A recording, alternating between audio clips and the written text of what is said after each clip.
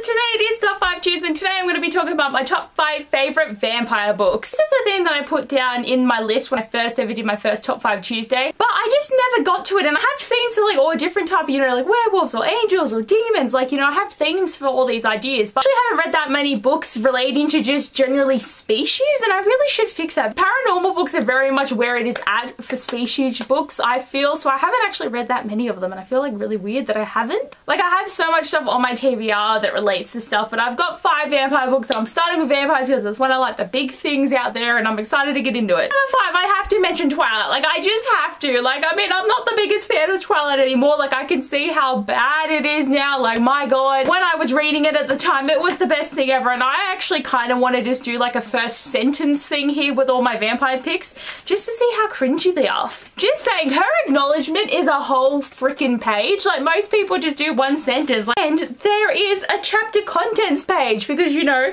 you need a chapter contents page because this is a textbook. You're not going to read every chapter, you know. I had this first sentence memorized. Why am I like shocked? And then I'm like, oh, I know what it is. I'd never given much thought to how I would die, though I'd had reason enough in the last few months, but even if I had, I would not have imagined it like this. This is meant to intrigue you, but I really feel like it's kind of stupid. But like Twilight, you know, there's a whole movie franchise, there's a whole fandom. Most of the fandom, like the popular opinion now is to be like, ew, Twilight, but still, it's got a part in my heart for being a book that I was so obsessed with, and now I'm like, blah. Number 4 on my list is Evernight by Claudia Gray, and this is a series I only read like in the last couple of years, but it was very popular when it came out like 10 years ago or something. I feel like this is old. I really enjoyed going into this world and having the vampire school. Like, that's a very popular thing, is having a vampire boarding school. The first 3 books were really good, but I did not like the last one. It just felt so immature, and then I got to Balthazar and I really did like that one. So, first sentence. It was the first day of school, which meant it was my last chance to escape. Oh my god.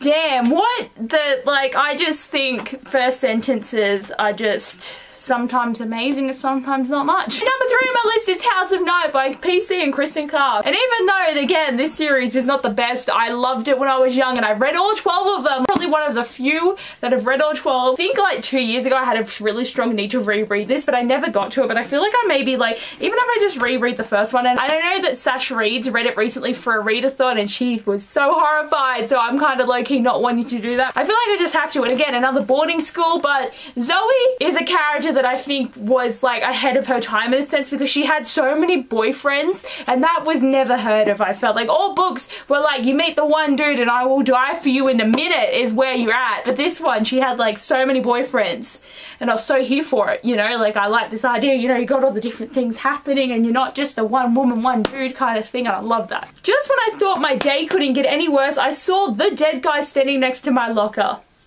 I saw the dead guy, shouldn't it be? I saw a dead guy. Who's the dead guy? What? Like, that's actually pretty intriguing though, to be like, why is there a dead guy standing next to your locker?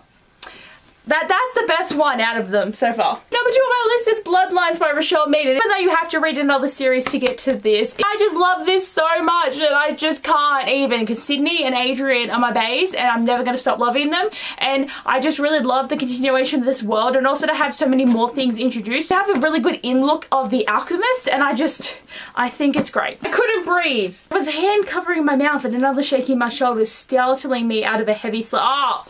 Bloody hell, like, I fell that down. She was gonna die in the first sentence, but bruh, then we get 6 books, so it doesn't really, you know, it can't really happen, but still. Wow, I keep forgetting this is a 6-book series. Like, what actually happened for Sydney and Adrian, but like, actually what happened to this whole thing? It's still number 2. Number 1 is Vampire Academy by Rochelle Mead. Again, another boarding school. Even though Bloodlines and Vampire Academy are very even, this is the first one, and the one that I read like after Twilight or something. I'm pretty sure I was like, after Twilight I read like the Fallen series, and then the House of Night series, and then I read like this series. Like, it's just like the generic, like, I don't read, but I've read these 4 major series kind of thing, and then I started to read more books, and now I have more books, and yeah, I just think Vampire Academy is great. It does take it to that next level with a lot of serious stuff, even though it's a kids series, and I'm not really describing them, I'm just like, there's a vampire in a school and it's cool. I felt her fear before I heard her screams. Ooh. Her nightmare, oh my god, she started both of her series with waking up from nightmares. Like, has anyone ever noticed that? Her nightmare pulsed into me, shaking me out of my own dream, which had something to do with the beach and some hot guy rubbing suntan oil. Oh god, that's Rose all over. So these are all the vampire books that I'm gonna have on my list today. These are all quite older reads for me because most of them I read at least 5 years ago, I'd say. At least 5 years maybe? I don't know, but I still really enjoy these series. And like, even though they're not the best written thing, like it's just the nostalgia too of these series. Anyway, you guys, thanks for watching this video. I hope you enjoyed and I'll see you guys next time. Bye!